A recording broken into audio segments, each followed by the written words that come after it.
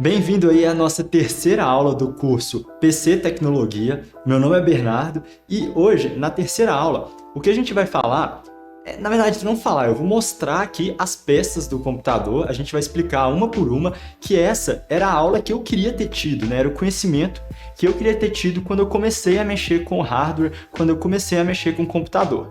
Essa aula pode parecer um pouco básica para quem já tem um conhecimento, mas eu te garanto que vai ser boa, mesmo se você já sabe um pouco de hardware, vai ser bom fundamentar esse conhecimento. E se você não sabe, eu vou com bastante calma explicar o geral aqui e a gente vai aprofundando o conhecimento aos poucos aqui no curso. Igual eu já disse na outra aula, o único pré-requisito que você tem para esse curso é saber ligar o computador e fazer as coisas básicas nele mesmo. O resto a gente vai construir a partir daí. Um outro conhecimento que é bom você ter quando está lidando com computadores é saber um pouco de inglês. Não é necessário que você seja fluente, na verdade nem precisa saber mesmo, mas o conhecimento que você tiver de inglês vai ajudar também, e ao longo desse curso eu vou sempre falar também os termos em inglês das palavras, além dos termos em português, é claro, porque vai facilitar muito a pesquisa, a busca de novas informações. E a gente está treinando aqui sobre computadores num mundo que está cada vez mudando, cada vez mais conhecimento nessa área, e o que eu vou ensinar aqui hoje vai ser a base, né, e nas próximas aulas do curso, mas ao longo do tempo é sempre importante que alguém que goste do assunto ou que queira trabalhar com isso se mantenha atualizado. Na última aula, o que a gente falou basicamente? A gente falou que existem vários tipos de computador, né? O celular é um computador, inclusive ele está me filmando aqui de cima, para depois filmar a mesa. O celular é um tipo de computador, o desktop, computador de mesa e até um notebook, né? São todos computadores. Notebook, que também em inglês é mais comum o termo laptop, né? E computador de mesa, que é usado desktop, mas que também o pessoal fala PC. PC seria o personal computer, que seria tudo isso, mas o computador de mesa, em si, ainda mais com Windows, a gente costuma chamar de PC. Mas assim, é um termo mais geral mesmo, PC poderia ser todos esses tipos de computadores, mas a gente usa mais para o computador de mesa Windows. A gente passou na última aula que no nível geral o computador funciona com entradas, ele processa e armazena os dados da entrada, faz cálculos ali, né? Então são as entradas, processamento, armazenamento e por último as saídas. Para a gente começar a deixar isso tudo mais claro, vamos começar com a peça fundamental de tudo, que é o processador. Esse processador, ele é responsável por fazer as contas, né? Pelo que a gente falou, que é o processar. Ele faz contas muito básicas, com 0 e 1, né? O código binário. Ele tem vários transistores aqui que eles estão, né, passando corrente ou não passando, então eles criam um estado que é energizado ou não energizado, o 0 ou 1, e com várias combinações aqui dentro. Não sei se são bilhões, mas assim, são muitos. Se não me engano, são realmente bilhões de transistores que estão aqui dentro. Tem gente que fala transistores e tem gente que fala transistores. Do inglês é transistors. Então, assim, a forma que você fala não importa tanto. O importante é entender que esse componente tem milhares, talvez muitos mesmo, nem sei falar a quantidade certa, de transistores. E eles, em conjunto, fazendo contas muito simples, conseguem fazer contas bem complicadas quando trabalhando em conjuntos numa arquitetura, né? A arquitetura, a forma que esses transistores estão ordenados nesse chip que vai fazer com que tudo isso funcione. Mas um computador não é só isso aqui. Beleza, o processador, que também é conhecido como CPU, ou do inglês, né, Central Processing Unit, unidade central de processamento, ou também Computer Processing Unit, é a peça vital do computador que realiza os cálculos. Mas se o computador só tivesse esse processador para fazer os cálculos e mais nada, ele ia calcular, mas não ia servir para nada, porque só isso daqui não serve. Ele já iria esquecer, logo no momento seguinte, qualquer coisa que ele tentou calcular. Então é muito importante que a gente tenha, junto com a capacidade de processamento, o armazenamento, o armazenar. E é aí que entra esse componente aqui, que é uma memória RAM. A memória RAM é uma memória que vem do inglês, o RAM, que é Random Access Memory, que é uma memória de acesso aleatório. Ela acessa informações muito rápida e, em conjunto com o processador, vai permitir guardar as informações para que o computador consiga fazer alguma coisa útil. Então agora, se eu falar para o computador quanto que é 2 mais 2, ele vai poder guardar. 2 aqui entrou, pega o 2, soma, vai ter uma instrução aqui dentro para poder fazer isso, soma com o outro 2, pega 4, salva o valor 4. Vai ser junto com o processador, vão ser muito vitais que eles trabalhem juntos. Só que desse jeito que eles estão aqui, você consegue perceber que não parece que eles vão trabalhar junto. E é aí que já entra um componente muito importante em todo computador e que também em celular, notebook, tudo vai ter também, que é uma placa-mãe, que é uma placa, que é um circuito integrado. Ele tem várias linhas aqui, que os caminhos da informação aqui dentro.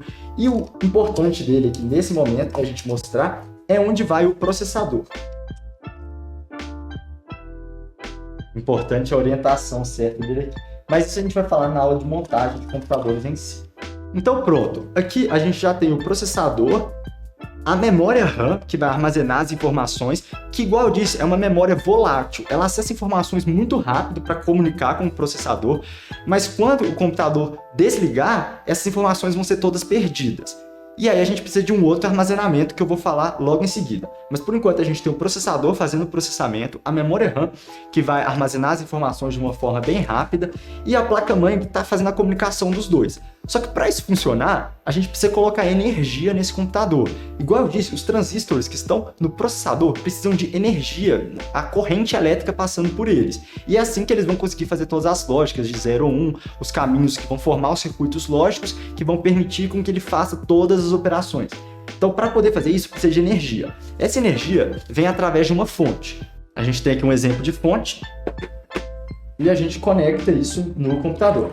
Ó, novamente, isso não é uma aula de montar computador, a gente ainda vai ter uma aula. Eu só estou ensinando aqui o básico geral de como que funciona.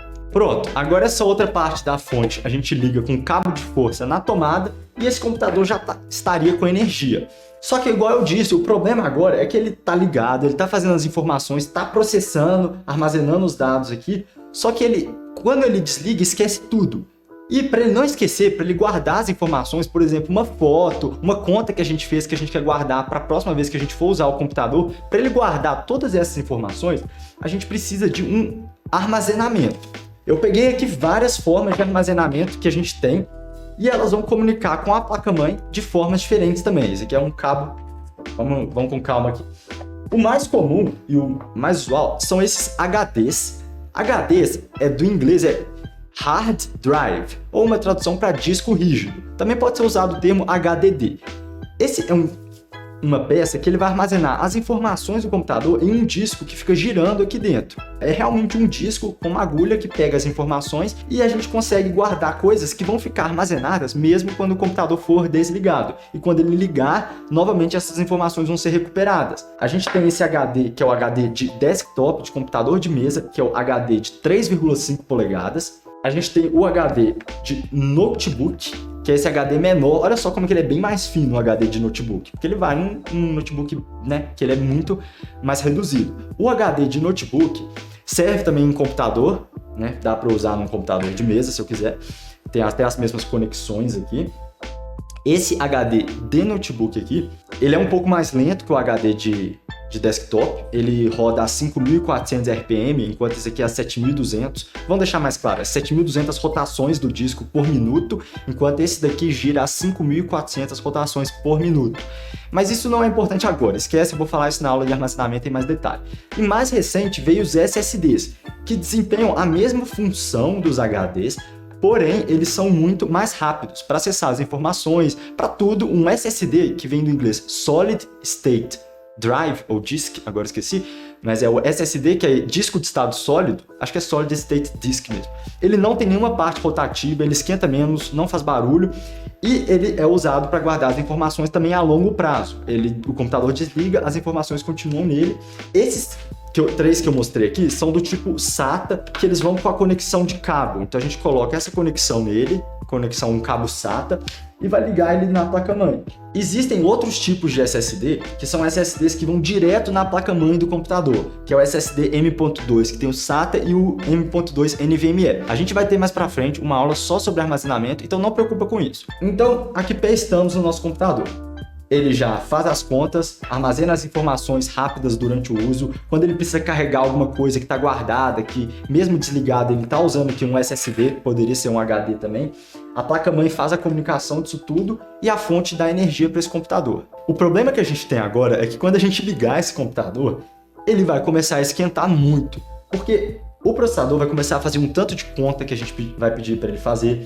a própria fonte vai esquentar, a memória RAM, todos os componentes vão começar a esquentar porque corrente elétrica vai passar por eles e é igual uma resistência de chuveiro. A resistência de chuveiro é uma corrente elétrica passando num fio que ele esquenta e aí passa água e aí a gente toma um banho quente. Aqui a corrente elétrica que passa pelos componentes, ela esquenta os componentes também. Só que a gente não quer que eles fiquem muito quentes. Se eles atingirem temperaturas muito altas, por exemplo, acima de 120 graus, o componente vai ser danificado permanentemente, muitas vezes.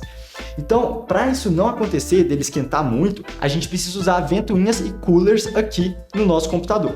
Essa daqui é uma ventoinha de 120 mm que vai fazer o papel de gerar um fluxo de ar no computador que vai fazer ele perder calor. Então perceba que, por exemplo, aqui na placa-mãe, a gente tem na alimentação do processador esses componentes aqui que é chamado de VRM, Voltage Module Regulator. É um regulador de tensão que vai regular a tensão que vai para o processador, que vai meio que vai chegar uma corrente elétrica, uma tensão muito alta aqui na fonte e vai regular para que o processador receba o que ele precisa na quantidade que ele precisa. Só que esse componente vai esquentar. Aqui também onde fica o chipset da placa-mãe, a placa-mãe também tem um chip, tipo um processador nela também aqui, e eles vão esquentar. E aí, essa superfície aqui, essas aletas, elas vão ficar quentes. Aletas são as superfícies de troca de calor passivas, que elas sopram com metal, que ele vai esquentar, e aí quando a gente soprar um ar nele, esse calor vai sair, vai trocar calor com o ar, e a gente vai conseguir manter numa temperatura adequada. Então a gente precisa colocar ventoinhas no nosso computador para isso, e o processador, que é o componente que mais esquenta, ele é até especial a forma de refrigerar ele. E aí a gente vai usar um cooler para poder refrigerar o processador. Pode ser um cooler tipo esse daqui, mais simplesinho, que é um cooler estoque, cooler de fábrica. É o cooler que já vem quando você compra o processador, também é chamado de box cooler. Esse cooler aqui, ele é mais simples, mas ele já vai dar conta de refrigerar um processador. Claro que tem que olhar o encaixe para ver se é o encaixe próprio para esse processador. Mas se você já comprou um processador que vem com cooler, ele vem com cooler compatível com ele mesmo. Mas a função desse daqui vai ser tirar o calor que vai estar no processador. Existem soluções mais robustas, como esse daqui, mas que é um cooler, não é o cooler de fábrica mais. Esse é um cooler customizado, é um cooler próprio para refrigerar o processador. Só que se a gente colocar ele aqui direto no processador assim, sem mais nem menos, só colocar, ele vai ter essa superfície metálica aqui não vai ter um contato muito bom com essa outra superfície metálica aqui do processador. Para esse contato ser melhor, para a gente realmente ter uma transferência de calor efetiva, saindo aqui do processador e indo para esse cooler aqui, que vai ter uma ventoinha soprando ar para tirar o calor dele, a gente vai precisar usar um componente, uma pasta térmica. A pasta térmica a gente aplica aqui no processador e depois vai montar o cooler nele. E aí o cooler, ou fan, ventoinha, né, que tiver montado nele, vai conseguir tirar melhor o calor. Então, nosso computador já está pronto aqui na mesa, né? Não está faltando mais nada. Mas realmente o computador não se parece com esse aqui que você está vendo. É porque justamente está faltando um componente que chama gabinete, também conhecido como torre e que muita gente erroneamente chama de CPU. Mas que não é CPU. CPU é esse daqui, igual a gente já disse, a sigla de CPU lá mais no início do vídeo. CPU é isso e gabinete é o que vai juntar isso tudo para dar uma proteção física para todos esses componentes e dar uma cara mesmo de computador. Esse daqui é só um exemplo de gabinete. Na aula de montagem de computador, a gente vai realmente montar todas as peças nele, eu vou explicar como que funciona isso. E o gabinete vai dar sustentação, proteção para todas as partes. Muitas vezes ele também vai ter outras funções, como de não deixar poeira entrar, ter botões nele para poder ligar o computador, botões que vão direto no próprio gabinete. Eu gosto do termo gabinete, mas se quiser usar outro também, fique à vontade. No inglês, a palavra usada é case. Case de computador, né? Case. Mas espera aí, ainda tá faltando também um componente, que é a placa de vídeo, tão aclamada aí pelos gamers que querem jogar os seus joguinhos. Isso porque a gente, depois de ter todas essas peças, esse computador já está processando, fazendo todas as informações, só que ele precisa mostrar isso numa tela para que a gente interaja com o computador. A tela, então, é um dispositivo de saída. A tela é tão importante que existe um componente dedicado só para fazer essa comunicação com a tela, que é a placa de vídeo. A placa de vídeo, em muitos quesitos, é até similar também a um processador. Ela vai processar informações, só que o foco dela é fazer essas informações processadas para serem jogadas numa tela de computador. Placa de vídeo é do inglês, né? Graphics Card ou GPU, né? Que é GPU, é utilizado Graphics Processing Unit, unidade gráfica de processamento. A placa de vídeo ela pode ser um componente espesso, grande, uma placa de vídeo dedicada, igual essa placa de vídeo aqui, que a gente vai montar no computador. Ou ela pode ser uma placa de vídeo que é a placa de vídeo integrada, que não seria um componente grandão assim, seria um componente que já está dentro aqui desse processador. Poderia ter uma placa de vídeo toda que está aqui dentro, que claro é um pouco menos potente do que essas placas de vídeo dedicadas, mas servem também para muitos usuários que não vão às vezes jogar com o computador, ou até que vão jogar, mas não precisam daquele desempenho máximo. Então agora sim a gente concluiu o nosso computador. A gente consegue fazer todos os processamentos de tudo e gerar as informações que vão para uma tela. Outras saídas do computador vão ser caixa de som, que vão permitir com que o processamento dele gere sons que a gente vai ouvir, né, áudio. Então as caixas de som, ou a gente pode usar um fone de ouvido para escutar música, são todas formas de saída, ou até mesmo um cabo de internet. A internet ela vai pegar informações que foram processadas e armazenadas pelo seu computador e vai enviar essas informações para a rede, funcionando então como um meio de saída do computador. Agora faltou então falar só sobre os meios de entrada, que são as formas que a gente comunica com o computador. A gente falou dos meios de processamento, armazenamento e saída, agora os de entrada. A própria internet também é um meio de entrada. Informações vão entrar no nosso computador pelo cabo de rede ou pelo Wi-Fi também, que pode estar conectado no computador. Outras formas de entrada pode ser até um dispositivo Bluetooth que conecta no nosso computador e envia um dado para ele. Pode ser um CD, um leitor de CD, que esse daqui é até um de notebook adaptado, que pode estar conectado no computador, enviando informação para o computador também. Mas o mais comum quando a gente fala em dispositivos de entrada são o mouse e o teclado. O mouse e o teclado eles vão permitir que a gente envie o que a gente quer que o computador faça, né? Então a gente vai mexer o mouse, digitar alguma coisa no teclado e isso vai passar por ele e vai aparecer na tela. Então com isso aqui a gente meio que fecha tudo que um computador faz. Seja ele o seu notebook, que também vai ter tudo isso daqui, só que de uma forma bem mais condensada, né? É aí que a gente falou meio que o geral, então, das coisas que vão entrar no computador, do que o computador vai fazer, o que cada peça serve no computador em geral, em linhas gerais, né?